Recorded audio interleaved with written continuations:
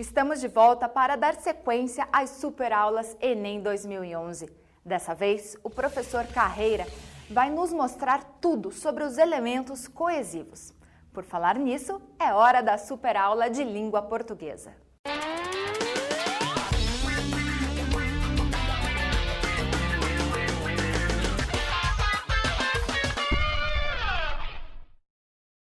Nós vamos dar sequência à sua preparação, falando de um aspecto da língua portuguesa que tem sido muito questionado nos vestibulares contemporâneos.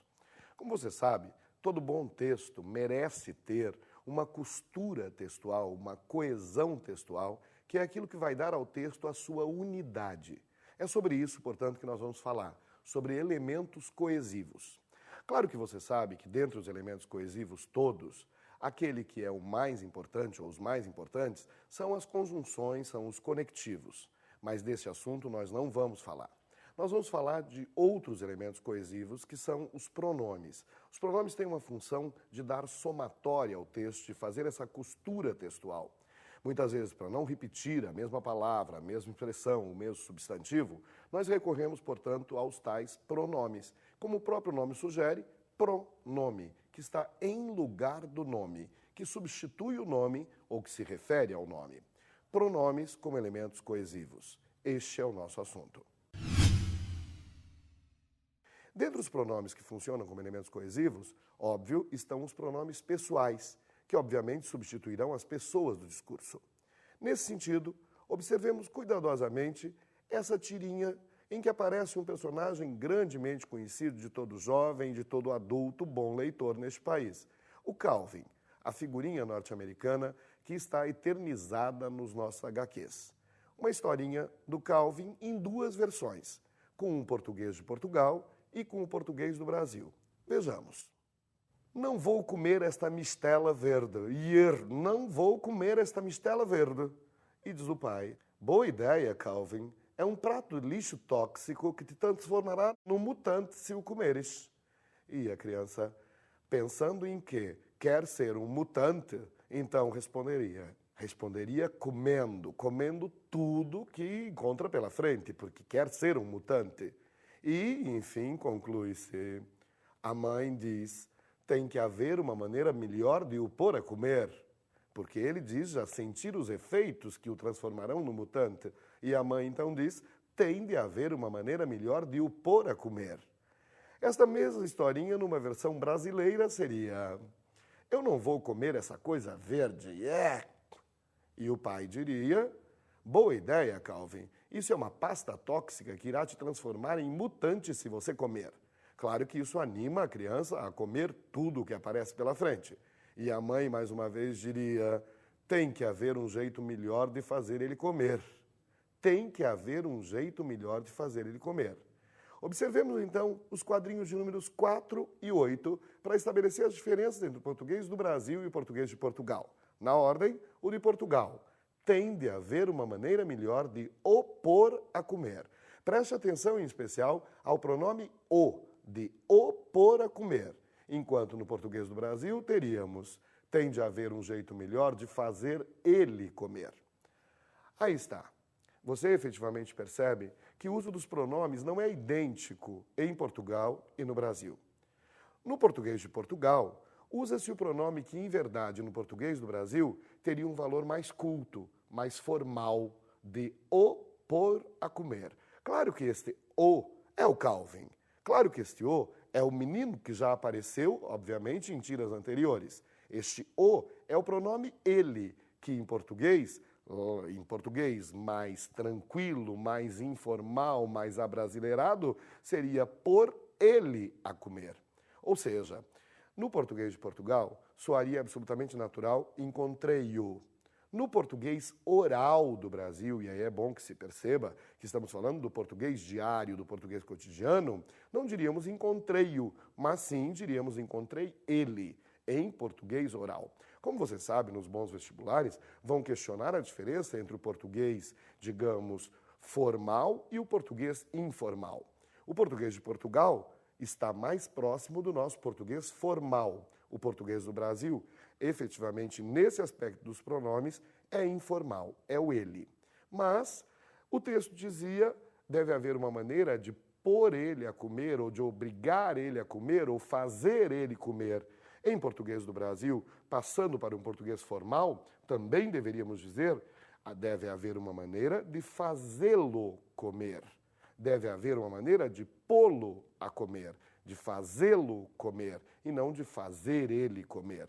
Se neste caso nós temos que o pronome é, ao mesmo tempo, objeto direto, e desculpe usar uma nomenclatura aqui necessária, objeto direto do primeiro verbo e sujeito do segundo verbo, então é fundamental que seja um pronome átono e não um pronome tônico ele.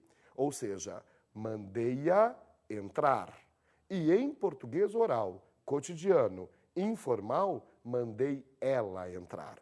Importante lembrar que este o do português de Portugal, ou este ele do português cotidiano brasileiro, é a retomada do menino Calvin. Nesse sentido, os pronomes átonos possibilitam algumas alterações. Veja, os pronomes o, a, os, as transformam-se em lo, lá, los, las, quando o verbo termina em R, ou em S, ou em Z. Quando o verbo, no entanto, termina em nasal, til, M, então você usará os pronomes no, na, nos, nas. Lembre-se, todos eles substituindo ele, ela, eles, elas. Como se vê nessa prática? Observe essas transformações. A casa é antiga. No português oral do Brasil, vamos vender ela. No português formal, vamos vendê-la. Há muitos lucros. Devemos dividir eles, devemos dividi-los em português formal. O aluno é indisciplinado? Com calma, vejamos. Devemos excluir ele, verbo terminado em R, desaparece o R, excluir. Tome cuidado, deve ser acentuado porque é itônico, participante de um hiato, segunda vogal do hiato, e o pronome o se transforma em lo. O aluno é indisciplinado? Devemos excluí-lo? Por exemplo, ainda, a teoria é interessante. Vamos expô-la, expor ela, expô-la. Mas, revemos o filme sim, vemo-lo sempre. Cuidado. Quando termina em R, você consegue perceber com tranquilidade a transformação. Quando termina em S, essa transformação já não é tão comum assim, já é mais rara. Observe, vemos era um verbo terminado em S. Desaparece o S e o pronome o transforma-se em lo. Sempre lembrando que esses pronomes átonos estão retomando termos já citados na frase anterior. Neste caso, bem claramente, o filme. Ou ainda mais. Tu cantas a música? Cantas, verbo terminado em S. De novo cai o S e teremos canta lá sempre. Veja que essa seria uma construção absolutamente rara e inviável no português oral. Vale, portanto, para um português mais culto. O pastor conduz o rebanho? Sim, condulo todos os dias. Ainda mais raro, conduz terminado em Z. Cai o Z, condu, oxítono terminado em U, obviamente não será acentuado, e o pronome se transforma de o em lo. Ou ainda mais, o apresentador traduz as canções? Traduz-las sempre. Verbo terminado em Z. Veja que isso é português culto, formal. Traduz-las sempre.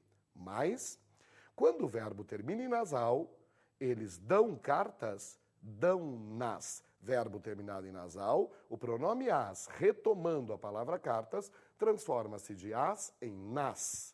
Ou ainda mais, ele põe a mesa? Sim, põe na. Observemos, portanto, que os pronomes sofrem certas alterações, efetivamente, na sua forma. Enfim, não podemos esquecer que, quando termina em nasal, portanto, os pronomes a, o pronome as transforma-se em nas. As empresas entregam as encomendas? Sim, entregam-nas. Entregam-nas. É importante também lembrar que existe uma grande distinção e que nos interessa muito com respeito ao uso desses pronomes átonos, pessoais, oblíquos, átonos. Quando tem a função de objeto direto, usamos estes que acabamos de ver, o, a, os, as e suas variações. Detalhe importante, quando o objeto indireto, apenas lhe, lhes. Lhe-lhes, objeto indireto, destinatário. Portanto, entrego-lhe o livro. A ele, já citado, entrego-lhe. Lhe, objeto indireto, destinatário. Essa questão dos pronomes torna-se em especial interessante quando tomamos um texto efetivamente real, um texto literário. Nesse sentido, vejamos a maestria de João Cabral de Melo Neto na conhecidíssima peça Morte e Vida Severina. Só os roçados da morte compensam aqui cultivar. E cultivá-los é fácil, simples questão de plantar. Não se precisa de limpa, de adubar nem de regar. As estiagens e as pragas fazem-nos mais prosperar e dão lucro imediato. Nem é preciso esperar pela colheita. Recebe-se na mesma hora de semear. João Cabral consegue, com maestria, tirar efetivamente da miséria, da seca, da desgraça humana, uma beleza poética ímpar. E para fazer isso, nós que conhecemos as estruturas boas da língua portuguesa, percebemos que certos elementos substitutivos, coesivos, mais uma vez se revelam importantes. Vejamos no texto mais uma vez. Só os roçados da morte compensam aqui cultivar, e cultivá-los é fácil. Cultivar o quê? Cultivar os roçados da morte. Cultivá-los. Simples questão de plantar. Não se precisa de limpa, de adubar, nem de regar. As estiagens e as pragas fazem-nos mais prosperar. A priori, esse nos poderia até ter um certo valor ambíguo. Fazem a nós prosperar? Não. Fazem os roçados da morte ainda mais prosperar. E esses roçados dão lucro imediato. Nem é preciso esperar pela colheita, recebe-se na mesma hora de semear. Portanto, eu questiono, a que se refere o los? A que se refere o nos? Só os roçados da morte compensam aqui cultivar. E cultivá-los, cultivar o quê? Cultivar eles, os roçados da morte. As estiagens e as pragas fazem-nos mais prosperar, fazem eles, os roçados da morte, ainda mais prosperar. Veja agora, na próxima tela, a estrutura perfeita te mostrando essa coesão textual. Só os roçados da morte compensam aqui cultivar. E cultivá-los é fácil, simples questão de plantar. Não se precisa de limpa, de adubar, nem de regar. As estiagens e as pragas fazem-nos mais prosperar. Cultivá-los, cultivar eles, os roçados da morte. Fazem-nos mais prosperar. Fazem eles mais prosperar. Eles, os roçados da morte. Assim, observe sempre que os pronomes oblíquos átonos, pronomes pessoais oblíquos átonos, têm uma função de coesão textual das mais interessantes. Como você vê nessa ilustração, charges, cartoons, HQs são muitas vezes utilizados em provas de língua portuguesa para testar não só a sua compreensão de texto, a sua possibilidade de compreensão de texto, mas também para mostrar certos elementos referenciais mais uma vez. Neste cartoon, observe comigo, fique certo de uma coisa, meu filho. Se você mantiver seus princípios com firmeza, um dia lhe oferecerão excelentes condições de abdicar deles.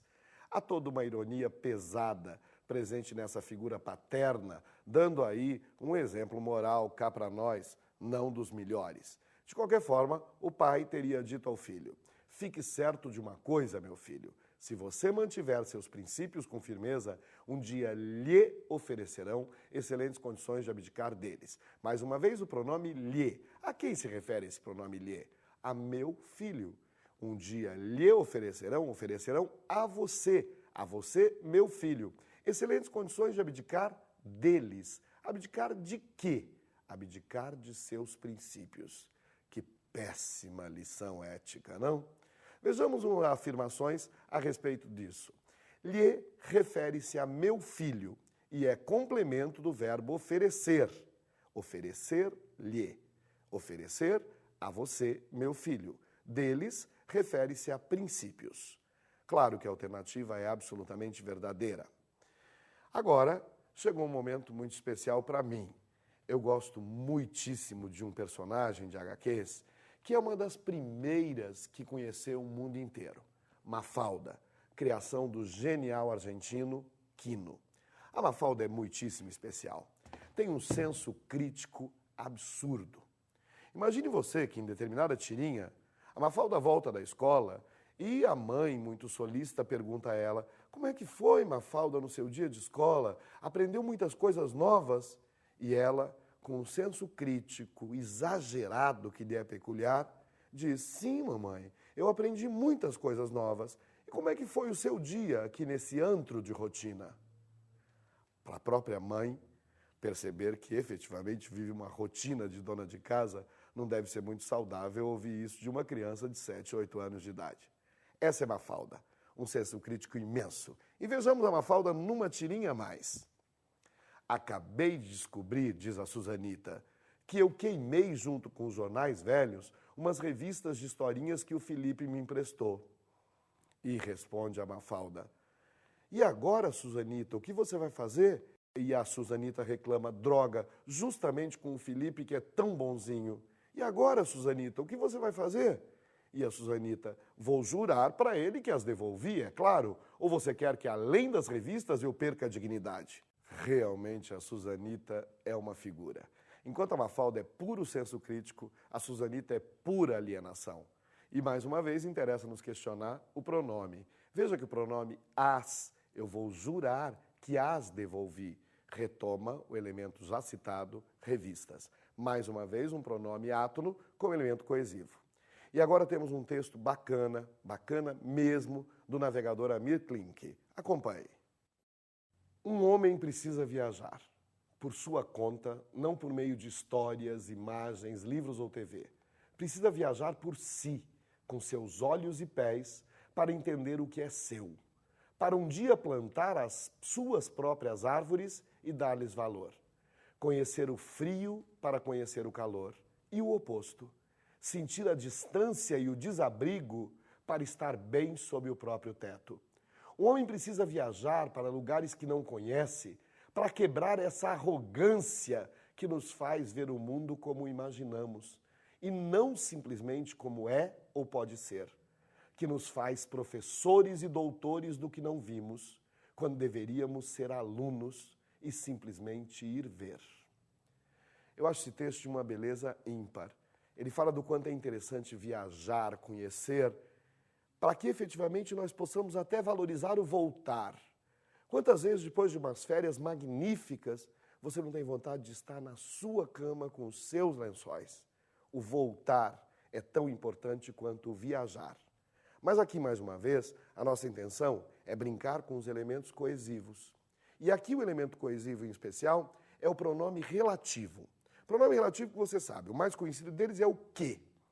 Que este, que é passível de reconhecimento com facilidade, porque o que, pronome relativo, é passível de troca por o qual, a qual, os quais, as quais. Nesse texto, nós temos duas vezes a presença de pronomes relativos. Vejamos mais uma vez, por gentileza. Um homem precisa viajar para lugares que não conhece para quebrar essa arrogância que nos faz ver o mundo como imaginamos e não simplesmente como é ou pode ser, que nos faz professores e doutores do que não vimos, quando deveríamos ser alunos e simplesmente ir ver. Atente, a questão proposta teria sido mais ou menos assim. Na frase, que nos faz professores e doutores do que não vimos, o que é que nos faz professores e doutores do que não vimos? Busquemos no texto mais uma vez. Um homem precisa viajar para lugares que não conhece para quebrar essa arrogância que nos faz ver o mundo como imaginamos e não simplesmente como é ou pode ser. Que nos faz professores e doutores do que não vimos. O que é que nos faz professores e doutores do que não vimos? A arrogância. Quando não conhecemos o mundo, efetivamente nos mostramos conhecedores e sabedores dele. É uma arrogância que tem que ser consertada, indo ver, viajando, sendo eternamente aluno em viagens. O aluno tem essa qualidade, a sede de aprender, que muitas vezes a arrogância da maturidade nos tira. Pense nisso. E para encerrar, nós ainda temos mais um textozinho.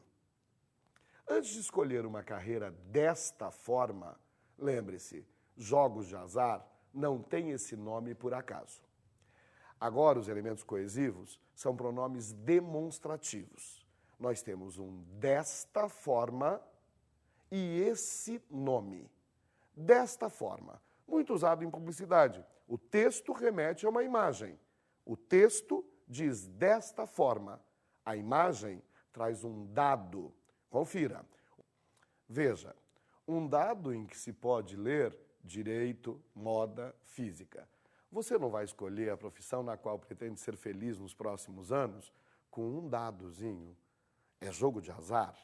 E veja, os elementos que nos interessam são os demonstrativos. Assim, vejamos. Desta forma, remete, portanto, ao dado. E o outro elemento coesivo e o outro pronome demonstrativo. Lembre-se, jogos de azar não tem esse nome por acaso. Esse nome já citado, de azar.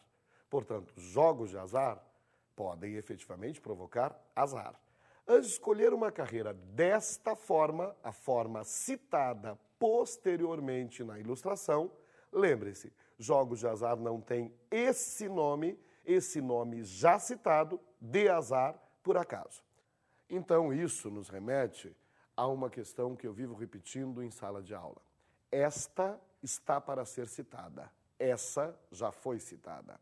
Este está para ser citado. Esse já foi citado. Isto está para ser citado e isso já foi citado. E realmente, para encerrar, vamos a mais uma questão que envolve demonstrativos. Veja aí na tela. Parar de anunciar também gera vendas. Muitas empresas foram vendidas baratinho por causa disso. Mais uma vez, a linguagem publicitária aqui se utilizou dos demonstrativos para estabelecer coesão textual. Algumas empresas foram vendidas baratinho por causa disso. O que se poderia questionar é, a que nos remete o isso? E o disso, elemento já citado, nos remete, portanto, ao fato de que algumas empresas param de anunciar. Isso, elemento já citado, param de anunciar. E por isso são vendidas baratinho. Bem, era isso.